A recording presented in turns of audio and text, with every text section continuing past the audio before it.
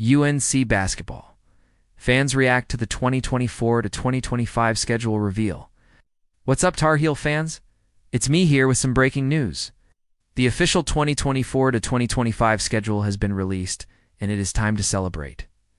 All right, well, maybe not quite yet. Maybe let's see what the fans have to say first. We'll get into some details here in a minute. But this is how they did it. They dropped it during the Countdown to Craziness event last night. So here's what we got. This was the video they put out. The wait is officially over.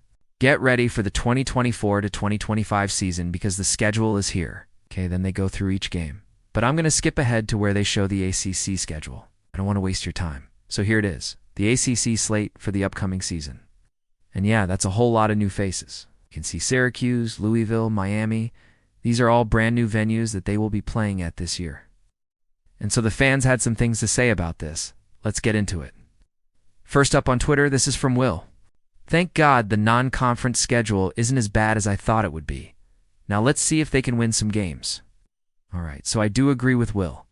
The non-conference schedule, I think, is solid. We've got Kentucky in the CBS Sports Classic. We've got Michigan in the ACC, Big Ten Challenge, and then Florida in the regular season. Those are three really good programs that you could throw out there. It's kind of like a mini schedule unto itself.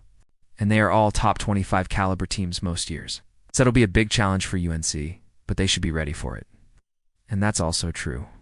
When you look at the rest of the schedule, there's nothing that stands out as being super difficult.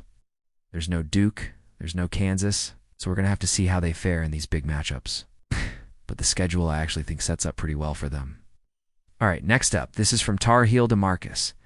Is it too late for an open date before the Duke game? Because it looks like we play every day between November and February. Well, DeMarcus, I don't think it's going to be too late to worry about that. I mean, Hubert Davis always wants to pad the stats of his players. And so he'll probably play them even when they are tired. But seriously, it does seem like a lot of basketball. I mean, look at this. It starts November, goes all the way through February. They only have 3 open dates. The one bright side is that they do end on a positive note. They've got a nice little stretch run here where they've got 4 games, a break, 4 games, a break, 4 games. So hopefully they'll be able to get their bearings by that point and make a nice run here to close out the season. Next up, this is from another Tar Heel fan. Y'all forgot to add the Maui Invitational to the schedule. Well, you know what? I'm glad you brought that up because I didn't mention that. So I want to take a second just to go over that tournament real quick. So they will play either Cincinnati or Xavier in the first round. That will be on Monday, November.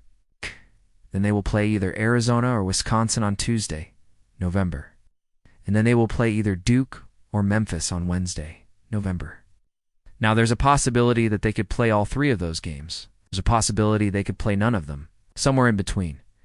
Depending upon what happens with all the investigations and stuff that's going on with all those programs, if they can't play them, then they will replace them with other teams.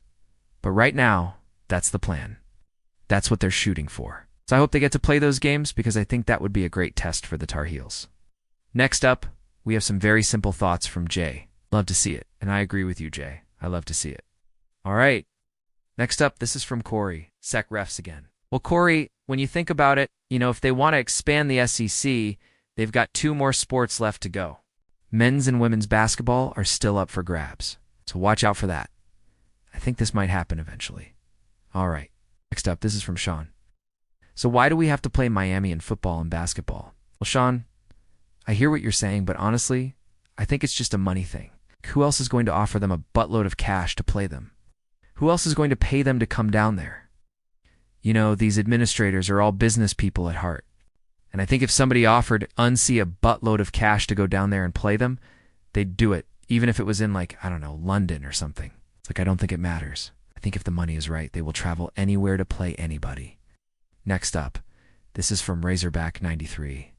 Man, this team better not go to Maui. That's a long flight for these players. Well, I wasn't thinking about this, but I think it's fine because I don't think they'll be going commercial. They'll probably charter it. So it shouldn't be that big of a deal. Plus, I think it'll be worth it because they'll get some really good competition there. Next up, this is from William Peace. I'm loving this schedule except for the lack of open days. This is looking like a very tough ACC season. Well, William Peace, I think you're right. Oh, I think it is going to be a tough ACC season. And it looks that way mainly because the bottom half of the league has improved dramatically. Look at Pitt. They made the NCAA tournament last year. Look at Georgia Tech. They made the NIT final. I mean, that's huge improvements. Wake Forest made some strides last year. They're probably going to continue to improve. And so, you look at the bottom of the league and it's much more competitive than it has been in the past.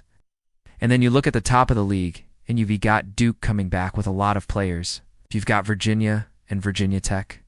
You can just go down the line and find good teams everywhere. And so, it's not going to be easy to navigate this schedule, especially if they don't get some of those key players back.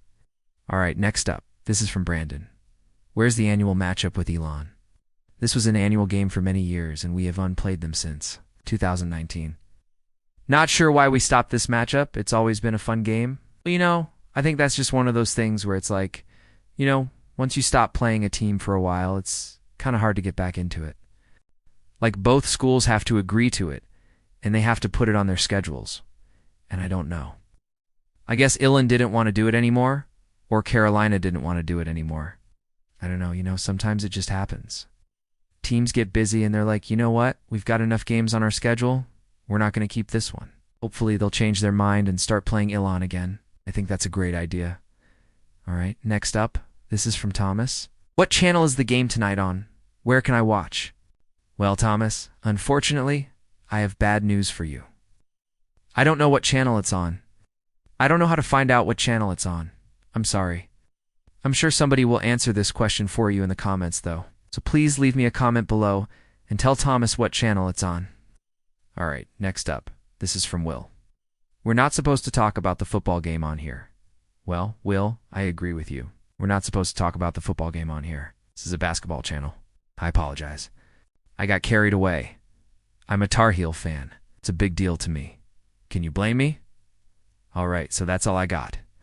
I just wanted to bring you guys some of the funniest tweets I could find about the new schedule. Did I miss anything? Oh yeah, I did.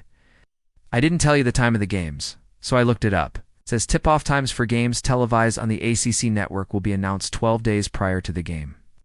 All other tip times are subject to change, so they didn't release the times yet, but I promise you.